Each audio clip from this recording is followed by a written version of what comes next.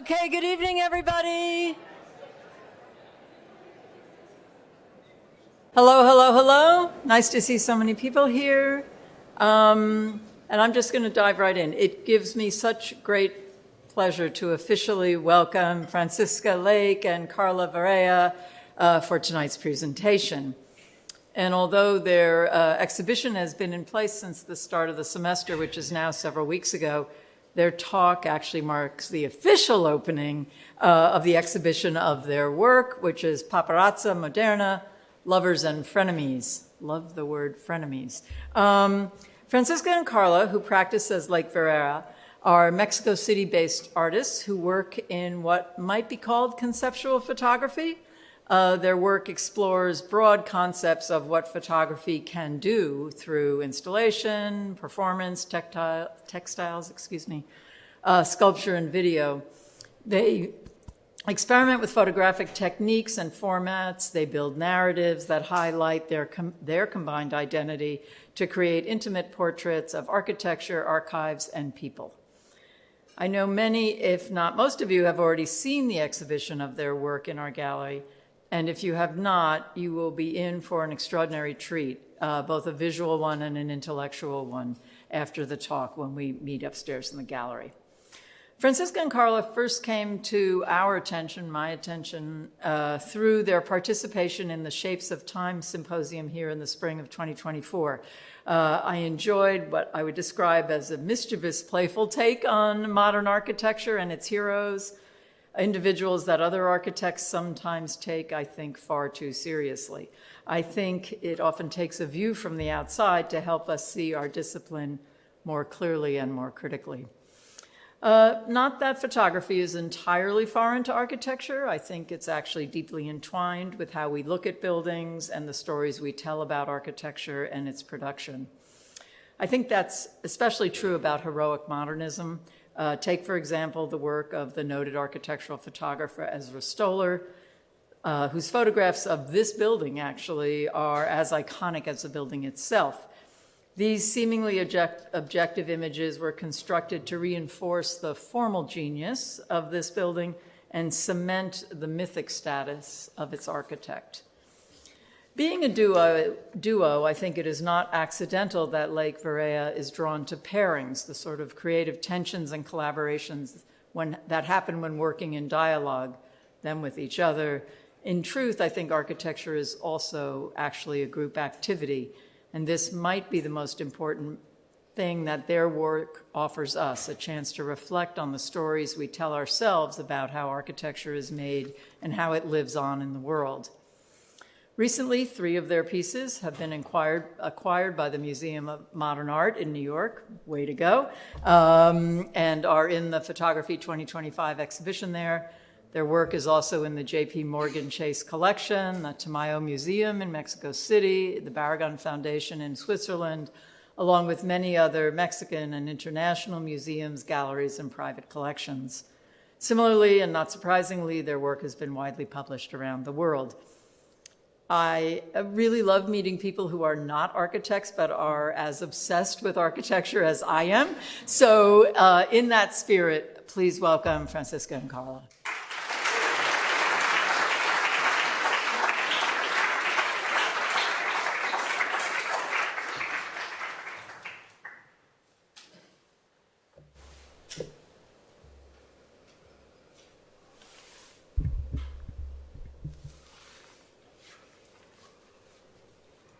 Hello. Thank you all for coming here tonight to hear us speak about our journey of discovery. Thank you, Andrew Werner, for reaching out, supporting and understanding our ideas, and for making our dream of this exhibition a reality.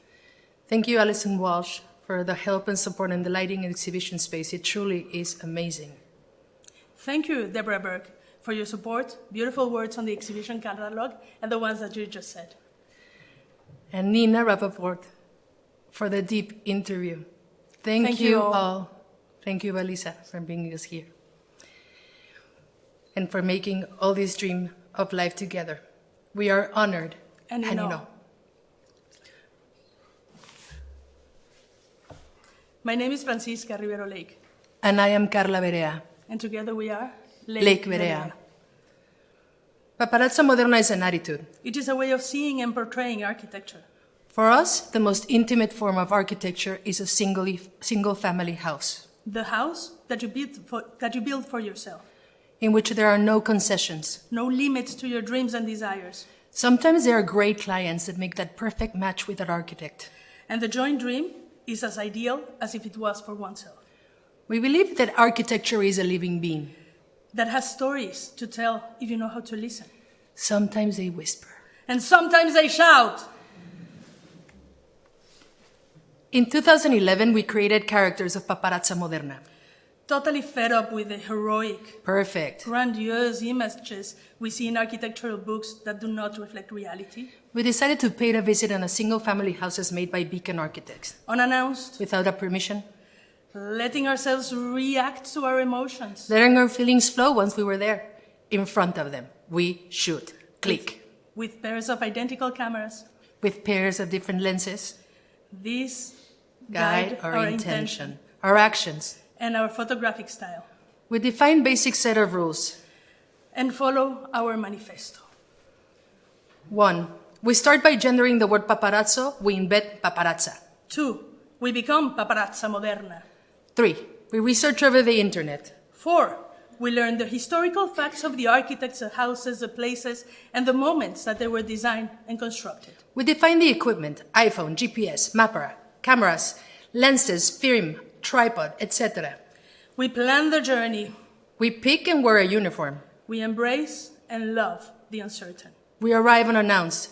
We kiss to start the session. We paparazza are brave to step in others' time. We use identical analog cameras with different lenses that we exchange throughout the shoot for views of our independent identities. We channel the paparazzi attitude and look for the details that reveal the passage of time in the materials, the trace left by the inhabitants, and the history that lingers on.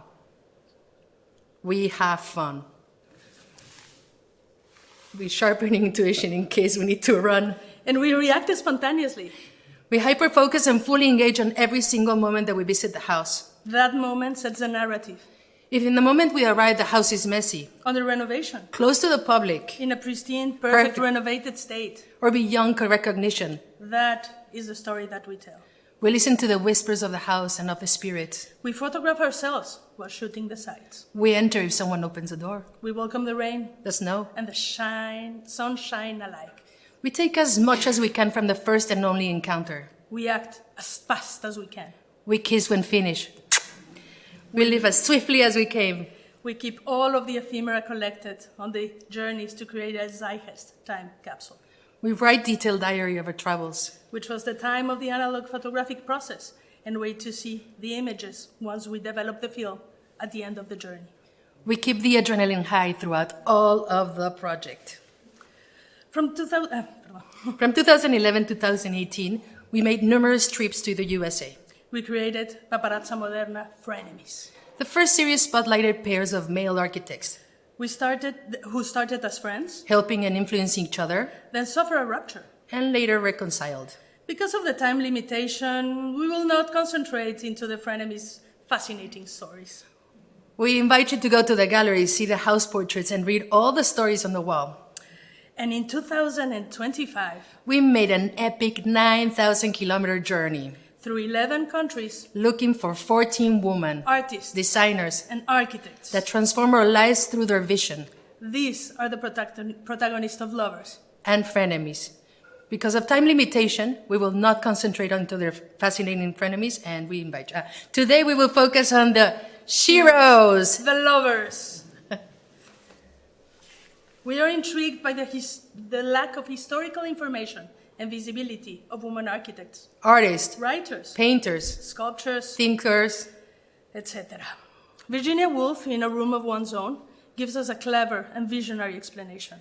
If we don't know about these women, it is because they lack the opportunity to study and to be independent. Women needed to have money to break from their circumstance. Adding from these, we also think the woman needed a strong character and resilience to break under this time limitation, even today. Few did, and from the ones that did, Many were erased or forgotten by history. All over the world, the 20th century was a time of radical change for gender equality, For legal rights, education, the right to vote, reproductive rights, economic independence, amongst others. The 14 women that protagonists of this series are the sheroes that broke and expanded the social and labor rules. Profound and radical thinkers that pushed their beliefs and actions beyond their limits. The protagonists and the constructions we visited were affected in the war in varying degrees. No matter the country or the city, all of them had repercussions caused by the political conflicts. Yet, all of the constructions we visited survived as resilient warriors. We applaud the people that have organized and gathered to save these houses as memory of expressions of a radical architecture and lifestyle. A genuine act of resistance over destruction. The epic journey we undertook changed our lives. We engage in an adventure of discovery to discover ourselves.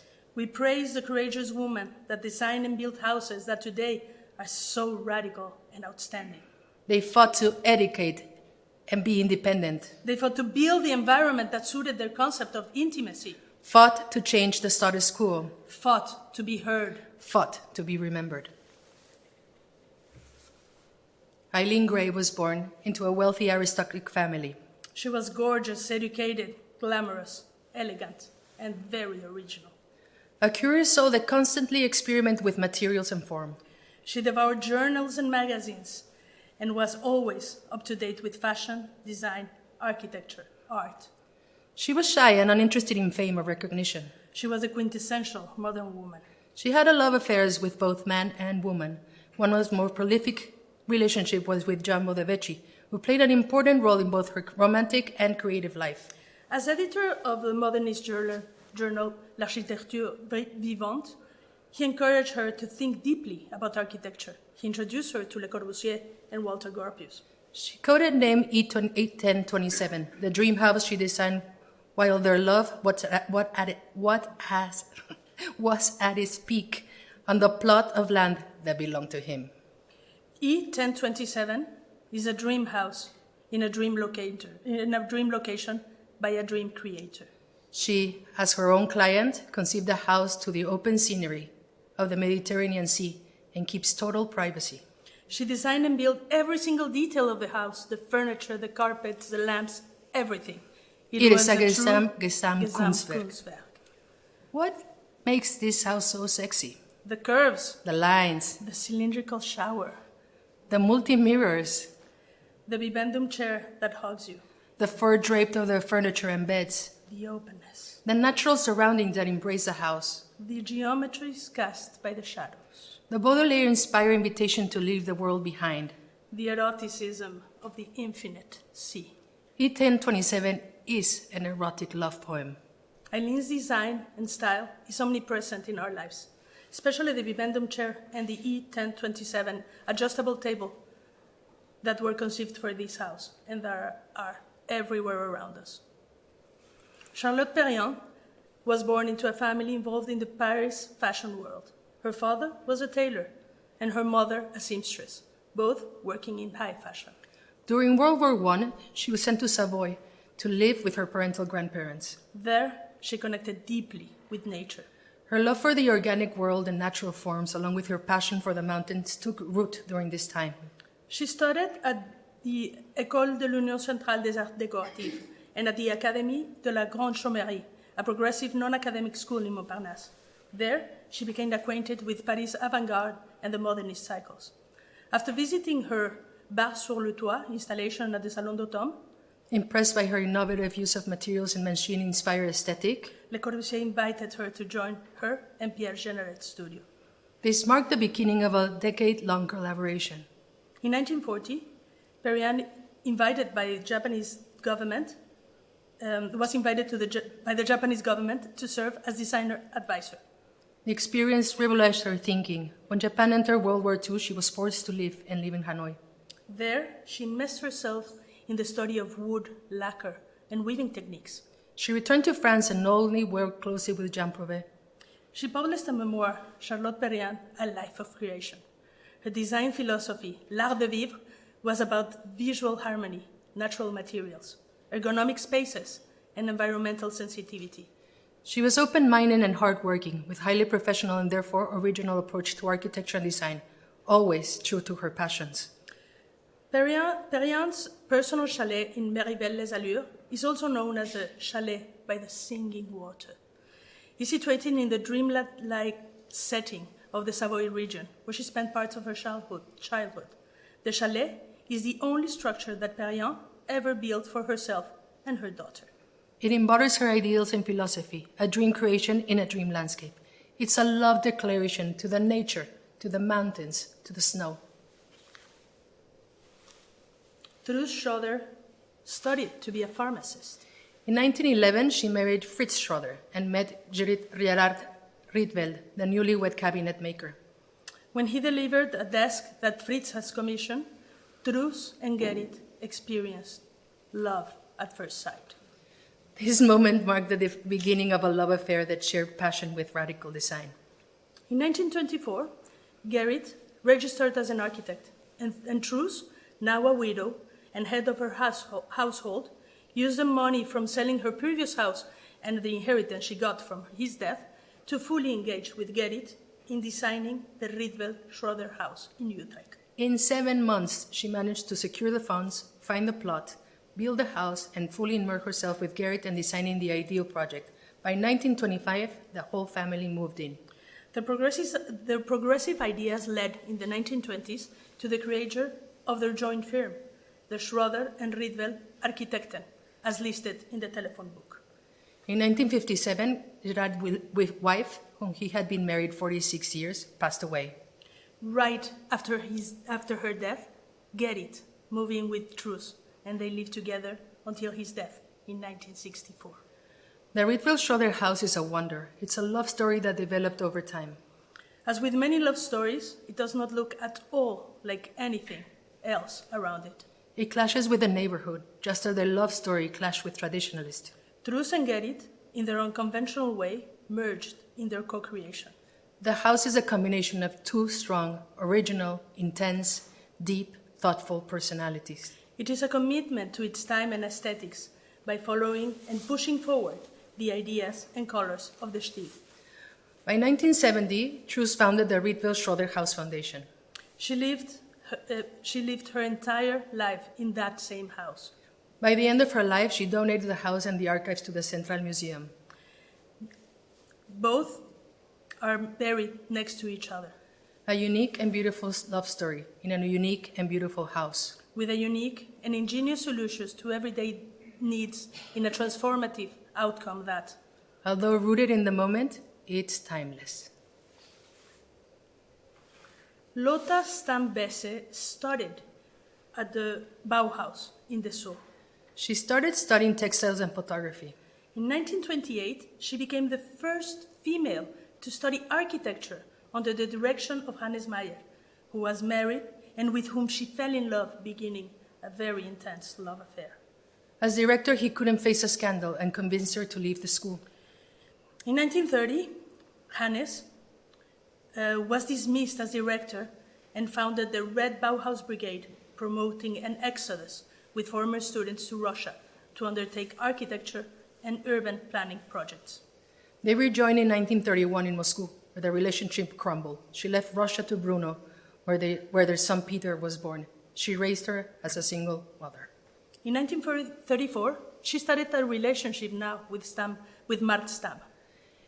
As she had left the Bauhaus with no diploma in architecture, she enrolled in the Academy of Architecture in Amsterdam, graduating in 1945 at the age of 42, which gave her recognition as an architect and urban planner. In 1946, she was hired as urban planner in Rotterdam and was the first woman to hold that position in the Netherlands.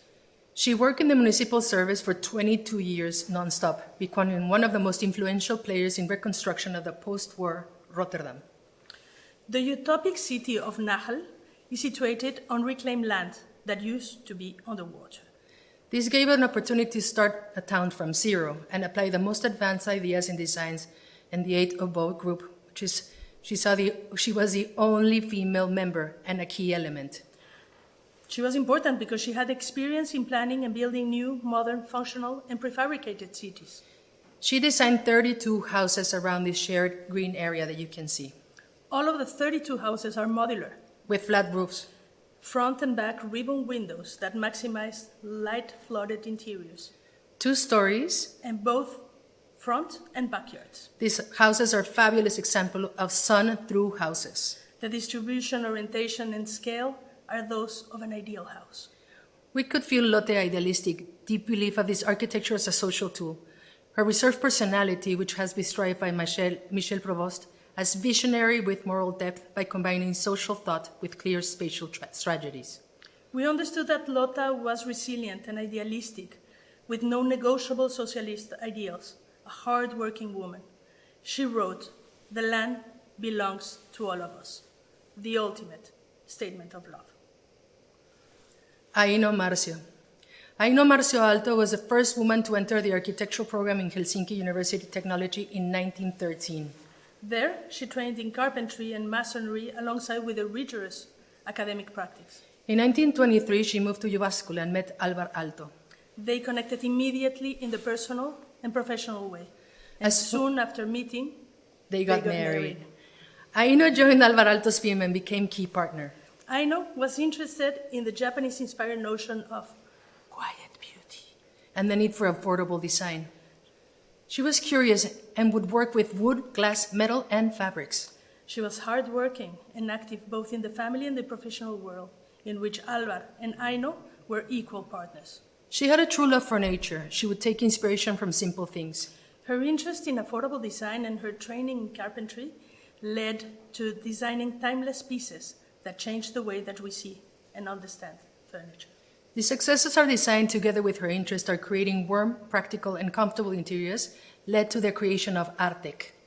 In the 1940s, Alvar left for Boston, leaving Aino alone. Aino kept working for Artec without telling anyone that she was sick with cancer. She died at the age of 54 on a cold day of January 13, 1949. Alvar went into a sad mood. His architecture changed. He would never be the same. In 1934, the couple bought a land of design to build this dream house. The house is small, practical, cozy, and warm. We feel as Aino and Alvar are about to join us at any moment.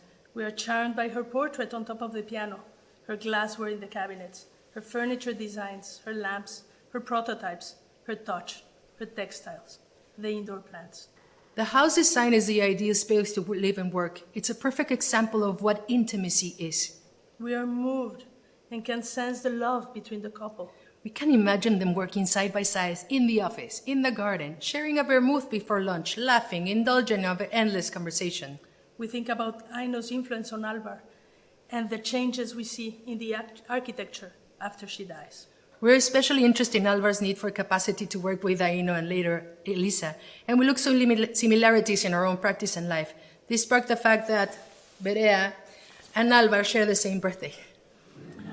This house is a powerful inspiration and a beautiful example of the possibility to build your intimate world entirely surrounding yourself with the objects you've created, living the life you invite others to live and enjoy in perfect harmony. Equals love. Elisa Alto was highly focused and detail-oriented, modest, and often described as unshakable by her colleagues. She studies architecture at the Helsinki University of Technology and graduates in 1949. That same year, she enters the Alvar Aalto Architectural Office. Little by little, the professional began to become personal. He changed her name to Elisa and started a physical transformation, altering her hairstyle, her fashion choices in style, the fabrics that she wears, and the colors. They married in 1952, and from that moment, she became Elisa Alto. Elisa, 25 years younger than Alvar, became a key figure in his life and his work. They complemented each other deeply. She knew how to adapt to his interests, and together they created architecture that didn't resemble the work produced during Aino's life. Elisa's technical skills and personality were perceived as invisible but essential, and she was described as a Precisionist with a poetic sense of space. Alvar and Elisa shared a passion for literature, philosophy, and design theory, and they loved spending time in nature. And of course, they were both workaholics. After his death until 1994, Elisa completed the projects that they started together. She then retired quietly and pushed for his legacy to live on by giving interviews, lectures, and participating in international exhibitions. She organized the Alvar Aalto Foundation, in which she donated the house, the studio, experimental house, archive, and more. She died peacefully at the age of 71. Elisa, Aino, and Alvar are buried next to each other. The experimental house is located in the island of Murazzalo, near Jyväskylä, Alvar's hometown. At this time of this construction, the house was only accessible by boat once the lake had been defrosted. It is a dream hideaway. Alvar and Elisa looked at the isolated site and inspired to experiment the materials of the architect. No constraints, No neighbors would complain, no regulations. and far from urban environment. It became their playground and a place where they could live their love freely. Away from the offices and pressure of public recognition. The experimental house is about freedom and breaking with tradition, They spent their summers enjoying the sauna, exploring the lake on a boat, getting inspired by nature and light. a heaven that belonged only to Elisa and Alvar. We imagine the couple immersed in this full experimental mode, surrounded by nature and by love. Grete Pritz Kittelson. Was born into a renowned goldsmith family dating back from the 19th century. She followed the family tradition and earned her goldsmith diploma at Oslo Art Crafts Center in 1941. During World War II, she was part of the Norway's resistance movement In 1945, she married architect Arne Korsmo. and divorced in 1960. Between 1949 and 50, she received a Fulbright grant from the Chicago Institute of Design, broadening her connections and influence by meeting figures like Mies van der Rohe and Alvar Aalto. Technically skilled and rebelling against elitist design, her goal was to create user-friendly objects of high quality at affordable prices. She was described as elegant Vibrant, and charismatic. qualities that made her very popular both locally and internationally. She was an outstanding host with charming conversation and uncompromising ideals. She was known as the queen of Scandinavian design. The house studio is a love story between Arne and Grete Pritze. It's one of 3 houses designed by the same style and located next to each other. Theirs is the middle one and the most experimental of the trio. We can attribute this to Grete's personality and her instrumental involvement in the design of the house studio, which is considered one of the most significant private properties in Norwegian houses of the 20th century. The property's interiors, furniture, and architecture have been legally protected since 2014. And just like Grete, The house is totally unique with bold features, innovation, and unconventional elements. a mechanical stairway that can be lifted to open up the main living room and create Dance a dance party. party. And built modular seating around the doubles of the amphitheater-style lounge. And a plywood kitchen that can transform into a working space. The basement was specially designed for Grete's workshop. Still, the original oven is still where she produced the most personal enamel objects. We recognize Grete's studio on the left side of the house and especially love the chair and support structure on top of the mailbox at the entrance of the house. A beautiful reminder that Grete protection as an excellent host. What a welcome yourself to your guests. Inger Exner. Inger met her soon-to-be husband, Johannes, in high school, and both continued to study architecture at the Royal Danish Academy of Fine Arts in Copenhagen. In 1958, they started a joint practice in which they designed churches, private homes, cultural buildings, and restoration projects. In the restoration projects, their philosophy was to preserve the full story of the place. In their own words, we do not recreate, we continue the story. They treated buildings as living documents. She is known for her intelligence, deep humanism, spirituality, persistence, and careful attention to detail, taking her time to solve and realize projects. Her colleagues described her by saying, She works with great seriousness, never with an ego. she worked as an equal to Johannes in the projects they undertook together. She is a quiet voice that lets her projects speak for themselves. To see the house that they built for themselves, we had to take a train from Copenhagen station and then a bus, and finally we had to walk. The house is built in an area of summer residences and old villas that used to be a royal hunting grounds. We spot the house from afar. And as we approach, our heartbeats accelerate. It does not look at all like the neighboring houses. We unpack our cameras and start shooting from the fence. We noticed that the trees in the garden contrast sharply with the surroundings. Next to the house, a small hill in a cigarette shape stands out. While we shoot from the top of the bushes, boom, we see a woman approaching us. We look at each other. We've been caught. Oh no! We put our camera down and wait for her to come closer. She says, "What are you doing?" We are admiring your house. We don't like that you're taking photos of our house. I'm so sorry, but we came all the way to see your house and look at it by yourselves. We admire so much the work of Inger Exner, and to see this house is a dream come true for us. We feel unsafe with you taking photos. We look at each other with surprise. Never think you would feel unsafe in such a calm neighborhood in Denmark. We stay quiet. And then she says, "Do you want to see the house?" Yes, we reply. "I'm going to ask my father. Give me 5 minutes and I'll be back." We wait no more than 2 minutes before she comes back and she says, "My father says you can come in, but no photos." We pack the cameras and follow her. The father doesn't speak fluent English, so mainly we speak to the daughter. We ask if you know about the Exners. And the father leaves for a minute and returns with lots of books about the house and the architects. We exchange words of appreciation and follow them inside the full tour. The house is smart, large, very well lit, rather spacious. We appreciate the tour and are ecstatic. And then she asks, "Do you want to climb the burial site?" "Oh, the structure in the garden is a burial site? How interesting." The father says, "Yes, it's never been excavated, so we don't know why it's there. We only know it's from the Bronze Age." "Do you want to climb it?" the daughter asks. Yes, we reply.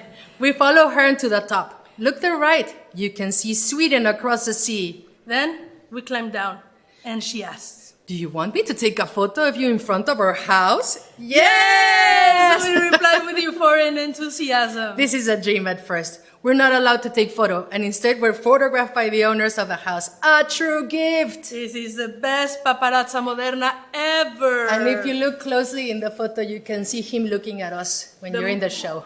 The moment we are caught. Ragna Grub is a student that traveled Italy, Switzerland, and became convinced that she wanted to become an architect. She entered the Royal Danish Academy of Fine Arts and obtained her diploma in 1933.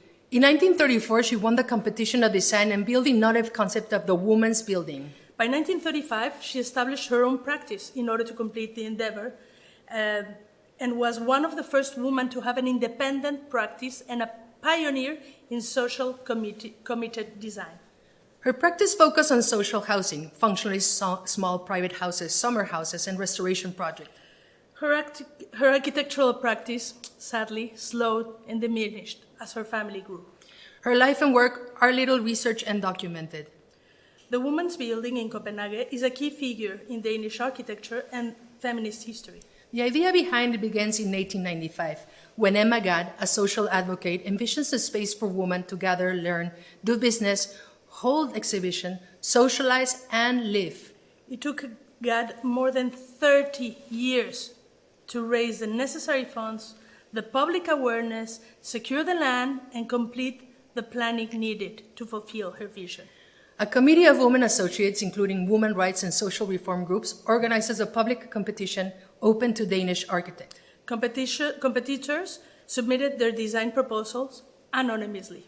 Ragna Design wins the competition for understanding the social media, the modernist clarity, and the functional organization. It is a major moment for her, and for Danish history, as she has received her diploma just 1 year earlier. From the street, we peek through another window, and through the interior, there's a bar. We approach the other commercial space, and we're astounded to find that there's a bookstore devoted to woman-authored feminism and women's studies. We go in and start, of course, a conversation with the two women who run it. They tell us they just opened the bookstore recently, and then when they rented a space, they had no idea the building history. We just love this kind of thing because it totally supports our theory that architecture built with a clear purpose retains that spirit throughout time. Lily Reich. What precocious, prolific, and enlightened. By 1909, she already belonged to the Wiener Werkstätte and had worked with Joseph Hoffmann. In 1911, she moved back to Berlin and began to work independently. Reich started her career as a textile and exhibition designer. She revolutionized industrial exhibitions, inventing new ways to exhibit materials and modernist living. In 1920, she was the first woman on the board of the Deutsche Werkbund. which was really a big deal for that movement. There, she met Ludwig Mies van der Rohe, with whom she would have a romantic and professional relationship that will collaborate from that moment on in seminal projects. She designed furniture that everywhere that for a long time have only been accredited to Mies van der Rohe, like the Barcelona chair, the Ottoman, the Bruno chair, the whole MR collection, and the entire Tungar Villa interiors. She had a deep understanding of the sensory experience by privileging touch in her choice of materials, the visual density of color, and a sense of proportion to the human scale that result in cozy interiors and ergonomic furniture. In 1932, she was appointed director of interior design workshop in the Bauhaus in Berlin when Mies was a director. When World War II broke, she had a difficult time. Mies left for Chicago. She went with him but came back quickly to Berlin and stayed there until 1947, when she died of cancer. She remained always close and loyal to Mies and took care of the archive and survived thanks to her commitment. The Tugendhat Villa is a masterpiece with a bittersweet history. It starts in 1930 Berlin. Grete Loewe-Behr meets Lili Reich and Mies van der Rohe at the Deutsche Werkbund. Then from 1929 to 1930, Lili and Mies applied their masterstrokes to make the perfect and ideal house. The house has the most advanced technological features, like a washing machine, a motor-sized structure, the lower and main space from the windows of the house that would integrate into the garden, and a photography darkroom. We can thank these lucid moments with the creation of the iconic Bruno chair. It is clear that Grete's avant-garde personality pushed and allowed the masterminds to create this sublime ensemble. The bitter part of the history starts in 1938, when the family left Switzerland under the threats of the Nazi and later moved to Venezuela in 1941, never to live in their house again. For us, the villa is an example of a quiet, harmonious sophistication. She does not look at all like anything around her, a brave, ultra-sleek form and a content that is still radical by today's standards. Every detail is managed with care and love. The furniture with bright colors, the curtains, the dining room surrounded by the semicircular, glossy Madagascar ebony wall is breathtaking. We can still see Lily's attention and the sensual experience and all over the curves, the curved glass by the entrance, the curve echoes that curved details of the furniture and the interiors. We understand this house as a love story between Mies and Lili, and also a complicity between the two incredible women, Grete and Lili. It is their force of nature that makes this house unique and beautiful beyond words. We praise the restoration and the possibility to see it at her best. We feel the sadness of the occupation and of the loss and the dramatic history behind it. A dream house that was shortly a heaven, only lived by the family for 8 years. We can feel the love between the minds behind the design and also the love between the newlywed couple looking for a fresh start. Two love stories. Esther Pecci was a passionate pioneer and a hard-working woman.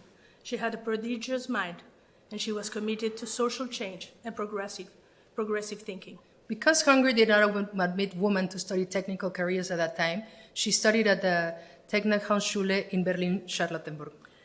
In 1919, once Hungary opened its universities for women, she returned home and enrolled at the Budapest University of Technology and Economics. She became the first woman to graduate in civil engineering in Hungary, exactly on the day she turned 22. She married architect Joseph Fischer, who was 2 years younger than her. She worked on the structural engineer of Gusset and Gerli, and she engineered the largest indoor pool in Europe. She later left that firm and established a new partner, now with her husband, which operated until 1948. Together, they designed numerous private villas and several hospitals. Her forward-thinking structures led to constructions of first steel-frame, high-rise hospitals. During World War II, the couple provided covered refuge in their home to people persecuted by the Nazis. This was an act of both courage and great personal risk. After the war, Esther played an important role in the reconstruction of her city. In 1949, under Soviet influence, she was appointed the Chief Structural Engineer Office. She left Hungary and went in exile to Vienna, and then she designed the structure of the first city multi-story parking garage next to the Opera House. By 1958, she had emigrated to New York, where fellow Hungarian emigrant friend Marcel Breuer helped her secure high-profile projects. In 1965, she was honored with the City New York Best Structural Engineer for her unprecedented structural design for surf construction and high-rise building near the Hudson River. What about that?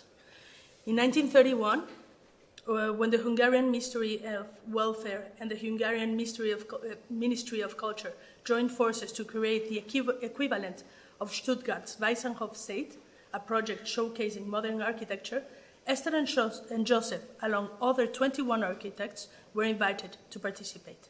They were given an adjacent same sample plot in Passaret in the limited budget to encourage efficiency. All houses had to meet the few requirements: flat roof, functional floor plans, Integrated indoor-outdoor spaces. modern materials, and use And of the latest technologies. Beyond that, the architects had carte blanche to approach the design however they wished. We love the way the windows are painted in the red inside the Admire the Outdoor staircase. Although they're surrounded modern houses, this is the only one that shines brighter than the others. The outdoor stairs and the upper structure are breathtaking. We can see Esther's engineering prodigy in this simple yet remarkable expression. Margaret Schutte-Lichowski was born as a progressive, cultural engaged family. Her father worked in the Ministry of War, and her mother came from a bourgeois intellectual background. Her mother supported the idea of her daughter pursuing a higher education. During World War I, she entered the University of Applied Arts in Vienna and was the first woman to study architecture there. Her mentor, Oskar Strand, had a significant influence on her thinking. He believed in architecture for all.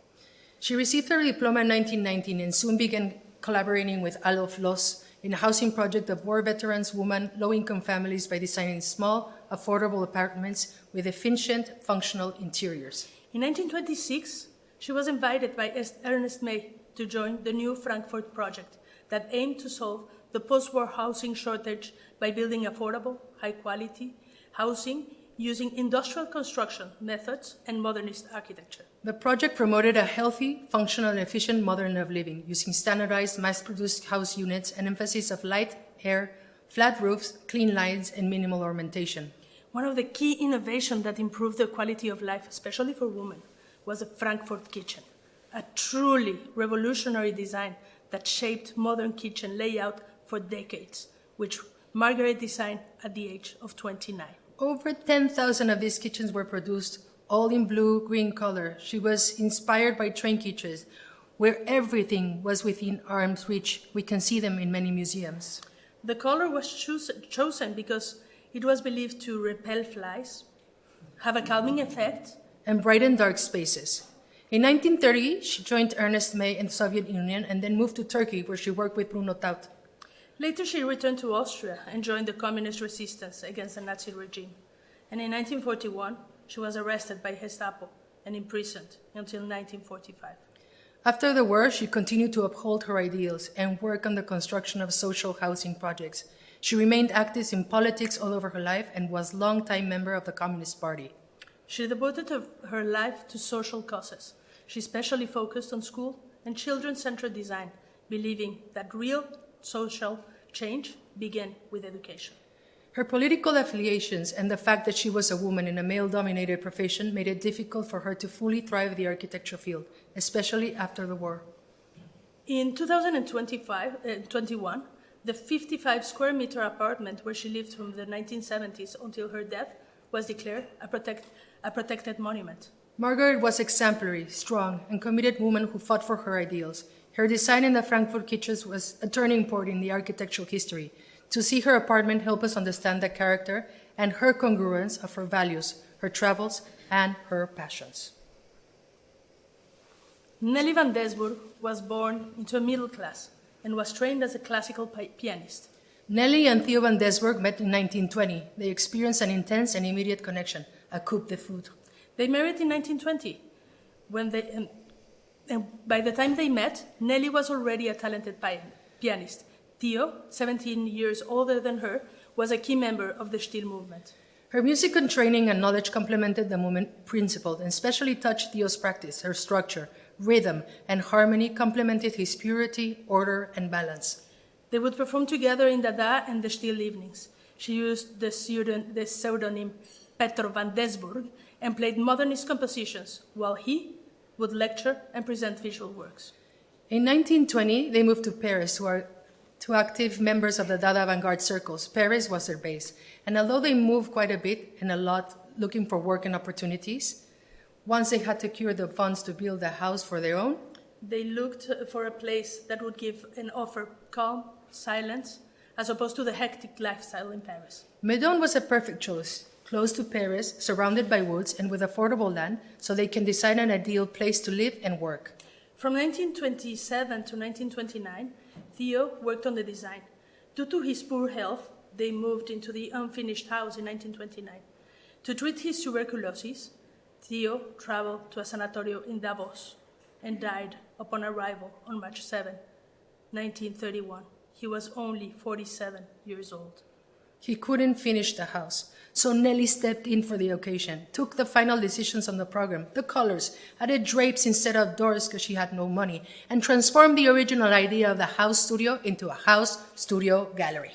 During World War II, she stayed in Meudon, protecting Theo's work, so it couldn't be confiscated as degenerate until under the occupied France by the Nazis. She was instrumental in having the Stil in major museums. There is not much furniture of the patina of that time, or the architecture. The things that remained are built-in table, the chimney, or the stained glass ceiling are the same. Nelly lived the rest of her life in the house they created together. Upon her death in 1975, the house became an artistic residency. The house is small, but feels large and grandiose and generous. This is a raw artistic charm to a place. Sophie Tober-Arp. She had formal education in textile design and decorative arts, embroidery, weaving, color theory, composition, drawing, and applied arts. She trained in rhythmic movement and expressed dances, which helped her understand spatial balance, movement, and rhythm under the new modern approach that influenced her deeply. In 1915, she met Jean Arp. Both deeply involved in the Dada movement and the Cabaret Voltaire. In 1922, they got married, and she added his last name to hers. In 1916 to 29, highly respected Erika, she taught textiles and design in Zurich in the Applied School of Art. Jean and Sophie became creative and artistic partners across painting, sculpture, design, and architecture. Their collaboration came in different shapes and forms, co-signing in many cases. Both of them produced abstract wooden reliefs, hers more geometric, his more organic. Jean totally supported her creative vision. The most groundbreaking joint project, also involving Theo van Desburg, was the Ubet Cultural Center Entertainment Complex in Strasbourg. She was in charge of the tea room, the bar, and the banquet hall, where she excelled in her interior and architectural abilities, designing the walls, the ceilings, and all of the furniture. The center was a Gesamtkunstwerk. The Ubet Commission gave them the important recognition and the funds to buy the land at the edge of Meudon Forest for the house studio. She left her teaching position and fully engaged in the interior design commissions in Basel, Berlin, and Paris. Sophie entirely designed the house studio in 1929, and the couple moved in by 1930. She designed a 3-story building which locally sourced stone, commonly used in the region, and concrete balconies in cantilever. She designed the upper floor for her studio, with abundant light coming from the windows and flooding the space. A beautiful staircase connects the lower floor, and that is at ground level. That is designed for Jean's atelier. The ground floor for the kitchen, the living room, and the dining room, and the utility space. The floors are connected with staircases, different in every floor. Sophie thought and through a design every detail in the house, inside out, building the works, the tables, the shelving, the dynamic color palettes on the wall, the furniture, the lighting fixture, the outstanding candle holders that are still production and you can buy in MoMA. Surrounded by nature, she devoted herself to her art, participating in important exhibitions alongside Kurt Schwitters, Piet Mondrian, and longtime collaborator and neighbor Theo van Densburg. As World War II raised concerns of their circle safety, they started to move quickly and frequently. After the Nazi occupation, they temporarily settled in Grasse, in the occupation south of France. In 1942, she returned to Zurich to work as editor of Plastique magazine, which promoted the work of abstract artists in exile. In January 13, 1943, she died unexpectedly while staying at Maxville House due to the carbon monoxide poisoning from a faulty stove. Her tragic death shocked the art community and left John totally heartbroken and devastated. We are forever grateful to all of the women who led our way and showed us to keep going courageously, no matter what. Heroes!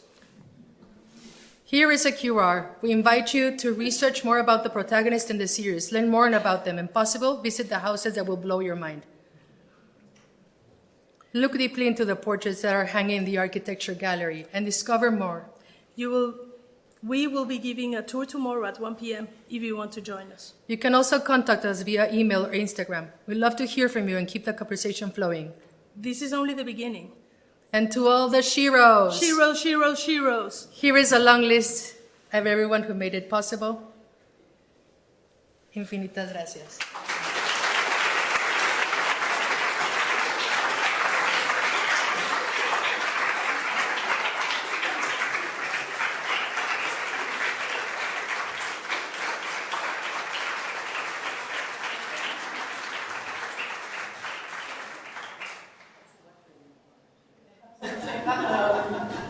There's time for questions, if you have any questions. I know we have some questions here, I was told here as well. So I see somebody up on the balcony. Wait for microphone to come. Wait for that. No, it's coming. Hi, thank you again for that beautiful presentation. My name is Mandy. I'm very curious, what was the most challenging thing of this project? And then what was the most creative thing? And then what was your, oh wow moment? Thank you for your question. I guess there are. You're welcome. After 9,000 kilometers, you can imagine there are many, and the ones of the 6 years in the United States. But I guess that where adrenaline kicks in is when we come too close and an alarm steps in, and we need to run for our lives. And I also think that to keep, for this journey that we undertook on the 11 countries, it was to carry the equipment and to carry all of the memories and everything together so that we could create the storytelling at the end of it. I think that. And also to trust the analog process, because we were only carrying a feel. And so to go back home and to develop it and to see that it worked and that we could create these compositions out of the things that we shot without knowing but trusting the instinct was the most exciting, the most complicated, and the most challenging at once. I would also add that the way these prints are printed in the last Kodak Endura paper available in the world. And it's the last darkroom photos printed 72 by 72 inches. So it's also a pleasure. And we could have not scanned them also with a camera, through a new scanner, and through new things that you just bless AI and the new medias. I hope we answered your question. But if you have more, we can questions. Any other questions? Why did you go analog? Why did you use film? What was the decision? Well, thank you for that question also. Analog and digital look very different. And for us, digital is pretty boring as tilt-shift photography. And also, we don't like to be checking the result every time. We like the thrill of trusting the instinct of what we are taking. We also believe it has a different depth. And we also love the cameras. And we love the photographic medium. So we are analog till we can, and we will keep on being as much as we can. We say we are the last of the analogs. And as rebels, we go all the way with it. But if you see the photos in the gallery, you will also see the textures, if it was snowing, you'll feel it. If it was snowing, you'll feel it. So I think analog tells the history much better than digital does with its flatness. And for us, photography will always be drawing with light. And that is what analog photography is. Thank you. Thank you. just I guess in your talk, the spoken part of your talk, so comprehensive in its description of the projects and the histories of the protagonists and in the description of the architecture, and the photographs are not. They're so fragmented and they really deny us. They don't let us have the whole picture. And I was just wondering if you could talk more about that, Jen. Thank you for that question. We love that. That is a challenge. Well, we believe that if you just Google the places, you will see the photo that everybody knows. But for us, since what we aim to do is to do portraits, it is about looking at it in a different way. For us, these compositions is the portrait, is the drawing. And it is about the feeling that we get, the emotions that we feel, and it is a representation of our journey through these houses. But also if you feel them, you also can feel the hand of the architect, like drawing. So if you follow the lines of the drawing that we made, you can feel exactly, and you can get lost in that sensation of this analog hand, mind, architect drawing. And for us it was very frustrating when we started to look at architectural books that we would have one photo, heroic, composed, straight. And then we went to the building and it was like, what? This is not it. I don't see that. You need this distance and it's not happening. And so for us it was much more about this visceral encounter, this inner, intimate feeling. And It's also challenging when you have so much, when you shoot and you have a couple of things to write. The things that you love stay out, but sometimes they just can't be in the drawing. And I guess that we have fragmented time frames as well. And that's why also we are attracted to that, because we think that between those images, the story is told.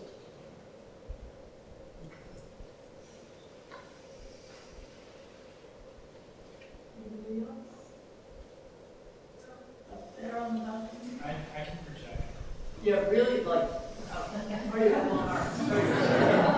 Well, thank you for the lecture. I'm kind of interested in the anecdote that you shared where the father and the daughter were maybe a little cautious at first before letting you in. And I'm curious, maybe, why do you think that photographers or someone with a camera are immediately perceived as suspicious or adversarial? And what would your advice be to other lovers of architecture that want to get up close and want to snap pictures? How to sort of break the ice? What would your suggestions be? Great question. I think one tip is love the unknown. Second tip, be brave. And if your passion is to go near it, just approach it. It's like life. Jump into the void and the net will appear. And also I think that we've seen since we started in 2005, we've seen the people's reaction changed in these 20 years. At the beginning, you would come with cameras and nobody would really care. Little by little, surveillance cameras start to appear. People get much more conscious about it. They get also more aware of the use of the image. And I think that the one thing that I would say is dress as nice as possible. Be as kind as possible. And whenever you are approached by the owner and asked, be kind and nice and show admiration. Because if not, then they really take it as a threat. So I think also it is a question of energy and of really loving what you're doing all the way until the end.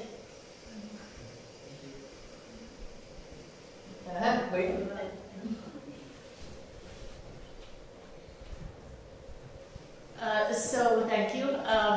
So I wonder, is it different to photograph a building that has been, is so familiar to us, let's say a rebuilt house or something that has been, so known to us from photographs, even if we haven't visited the building, and some of these buildings that are less exposed in that way. Do you feel that it's more of a challenge to photograph a building that even? Well, yeah, I think that you're always feeding on images, and so if you know it, you can see how can I do something different or show a different angle that I haven't seen on the internet. And many of the ones that you saw, we didn't even know that if we're going to find them or not. I mean, we went with the address and where we were going, but we were like, fingers crossed it still exists. Also, I think that sometimes,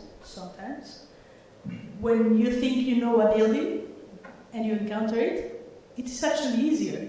Because you know that you know one way to see it, but everything else is unknown. So it becomes much more like also like this quest to show and to get what you don't see in these images that you see repeatedly. Because usually you see the same image, the same angle, the same way, the same moment where it was pristine and you. So all the life that happened around it, the surroundings, the context, the break of the materials, Pictures. all of that is missing in these photos because they are distant. And so for us, sometimes to know the building by books, it is much easier because then you know what else is there to show. Thank you, Anna. One more? What will your next project be? Sorry. And you repeat, no, just repeat the question. Well, we have many next projects. We will have an exhibition in Paris in November with work that we haven't seen. It's being printed. But we took in 2011, 2013. And when we did those scans in 2011, the scans were terrible, horrible. And with this new method that we found, we finally could like go in deep and see things that we've never seen. So we're doing like this hybrid analog digital. And we won't say more because we praise you to look at it through Instagram or other things. And we are also working in a big project in Palm Springs that will be shown in May next year. We're also doing a book on Barragan, our work for 20 years, and will be published by Hachekans in November as well. Which is very exciting. So there's lots of things. So follow us and you'll know. Thank you. Thank you. Thank you, guys.